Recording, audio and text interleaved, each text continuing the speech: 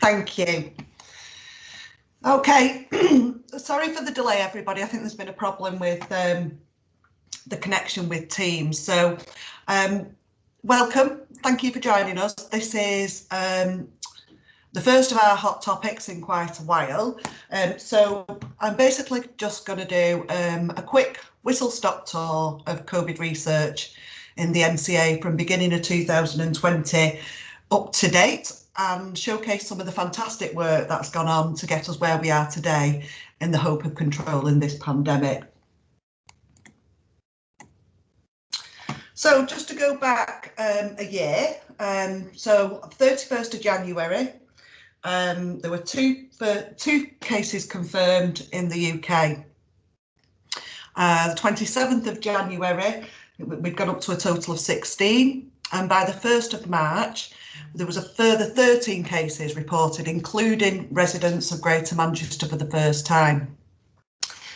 And then there was quite a jump, as you can see, to the 28th of March, with a total of 17,089 cases and 1,019 deaths. So just to skip back to what was happening in our department in last January. So we were asked to process an amendment for a study called Painted. So this study had been dormant since 2012 and would only be activated if there was ever a flu epidemic. Never thought we'd use it. And then this was going to open for a subset of COVID-19 positive patients. And this study had then changed its name to Priest. As these patients would be coming in as an emergency, initially we thought that this could be picked up by a couple of nurses that are in A&E and critical care research, and that would be enough.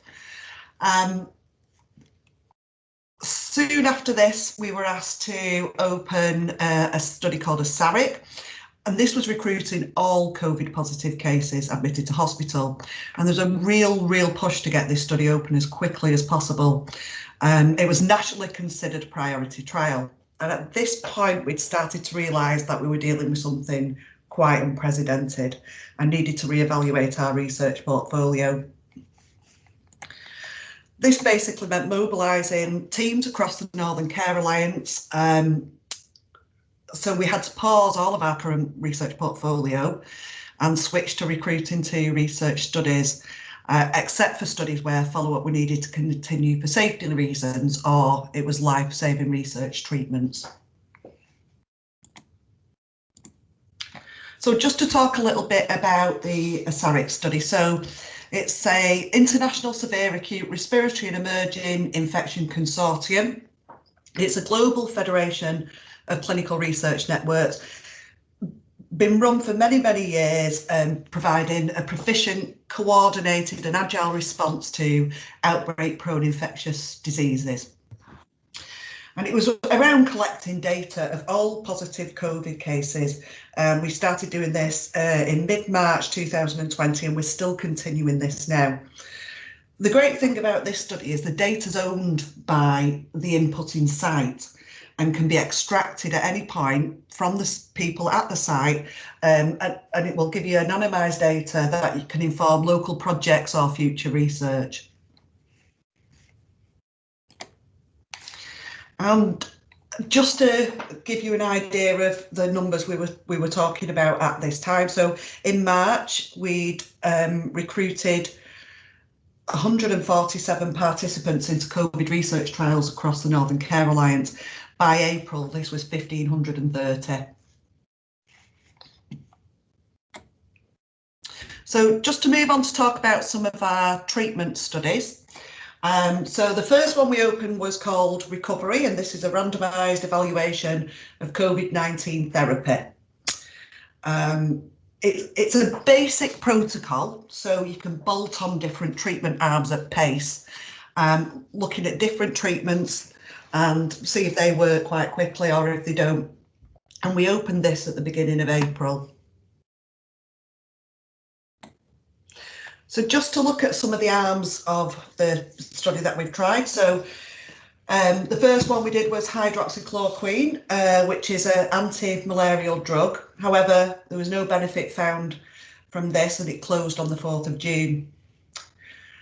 Then there was dexamethasone, and recruitment halted on the 8th of June after finding that this low-cost steroid did reduce death by a third in ventilated patients and a fifth in other patients receiving oxygen.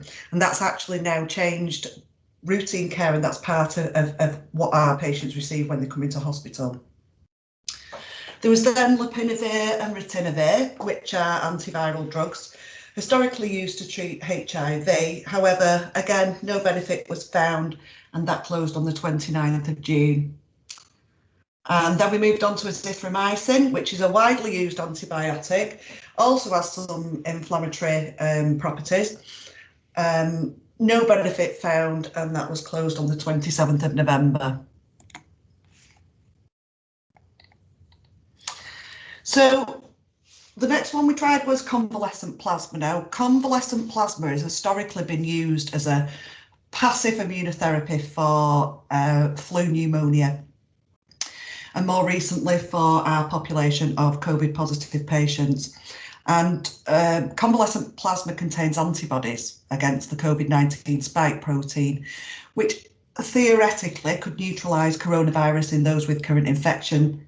However, we found that didn't work, and that closed on the 15th of January this year. There was also tocilizumab, an IV drug used to treat rheumatoid arthritis, and we found that did significantly reduce death in all patient subgroups, including those requiring oxygen via a simple face mask straight through to invasive ventilated patients. That again is now part of routine care, and that closed on the 24th of January. And then we had colchicine, which is another anti-inflammatory drug. No benefit found for that, and that closed on the 5th of March. So the current arms we have ongoing with recovery is Regeneron's monoclonal antibody cocktail, aspirin, and baricitinib, which is a immunomodulatory drug used again in rheumatoid arthritis.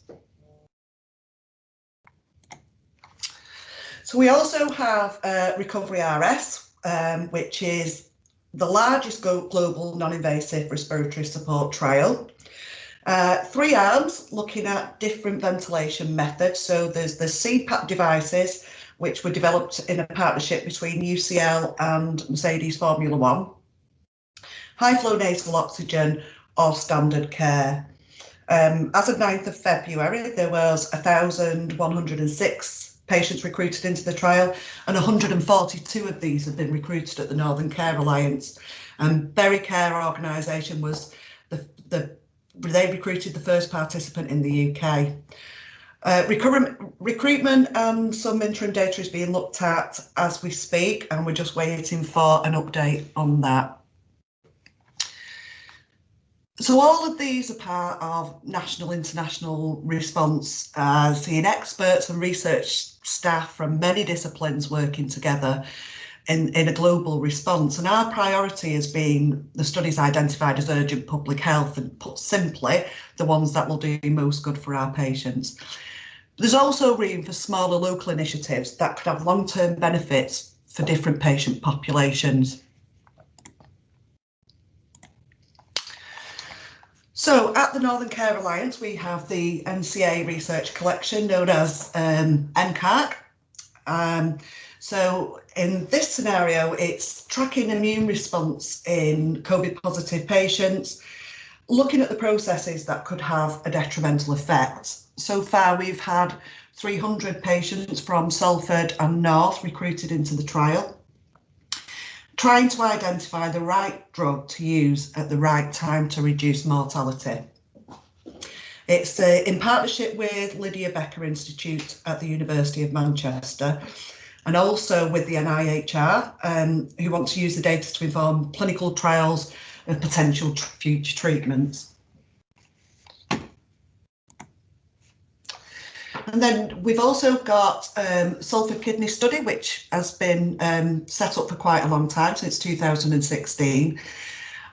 So Salford Kidney Study is looking at people with kidney problems and why they suffer so many complications, particularly cardiovascular. So the sub-study SKS COVID was set up back in April last year, looking at the effects of COVID-19 on kidney patients receiving dialysis or renal replacement therapy. And the aim is to find out more about that immune response in people receiving dialysis and how long it takes them COVID-related markers of inflammation in the blood to be cleared in patients receiving replacement therapy. So just to move on to some of our prevention and vaccine studies. So Novavax, I'm sure you've all heard of Novavax. So this was the largest study, NIHR supported, ever undertaken in the UK, double-blind placebo-controlled trial.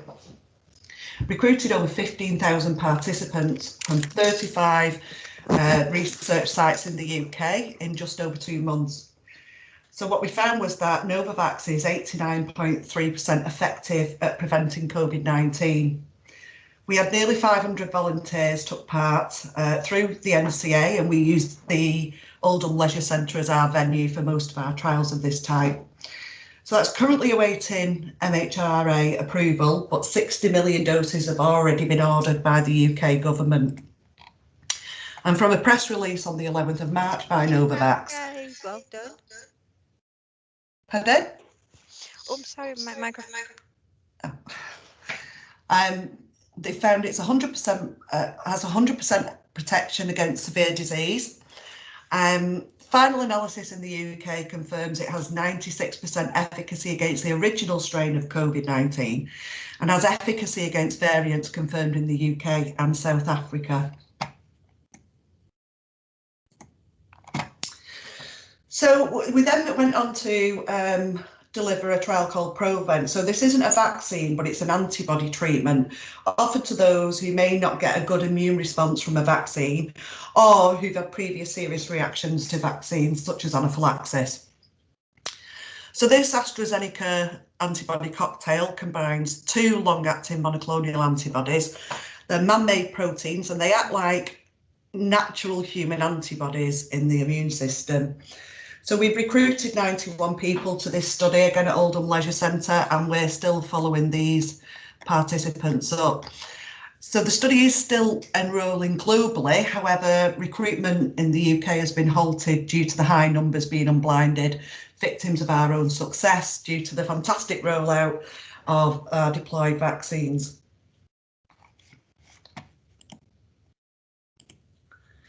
And then we're also doing Storm Chaser at our North Manchester site. So this is exactly the same as Provent, except this is for people who are self-isolating due to being in close contact with a positive COVID-19 person in the last 8 days.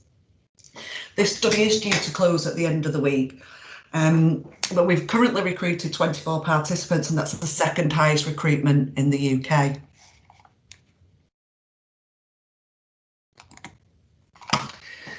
So the next trial that we're going to be doing is a vaccine trial called Valneva. This is the government's #1 priority vaccine trial at the moment. They're looking for 25 to 35 UK sites. However, I think it might be a lot less than that. They want 4,000 participants, and unlike the other vaccine trials that we've done, and majority of the country have done, it's always been a vaccine versus a placebo, where this is actually Valneva versus the AstraZeneca vaccine. So we're hoping to start recruitment to this study in April, and they want the 4,000 participants all recruited by the end of August 2021.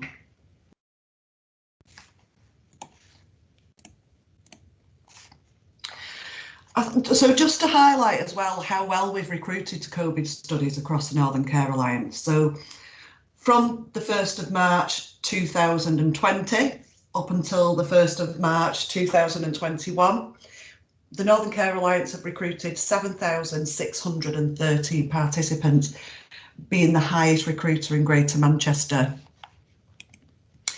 And also looking at this from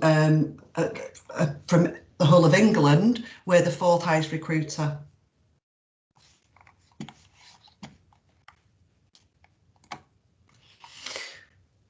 So just to give thanks really to our fantastic participants who've made this possible.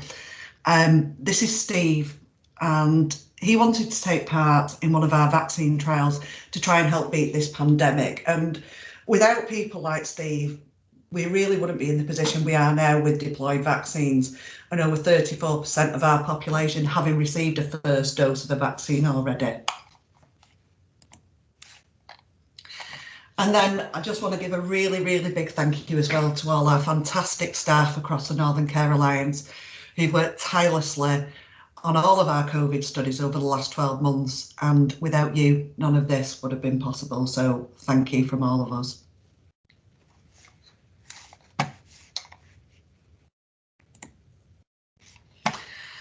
So that's it from me. We have got some time, although I appreciate we're running a bit late, for some questions. So if anybody's got any questions, do you want to raise your hand or jump in?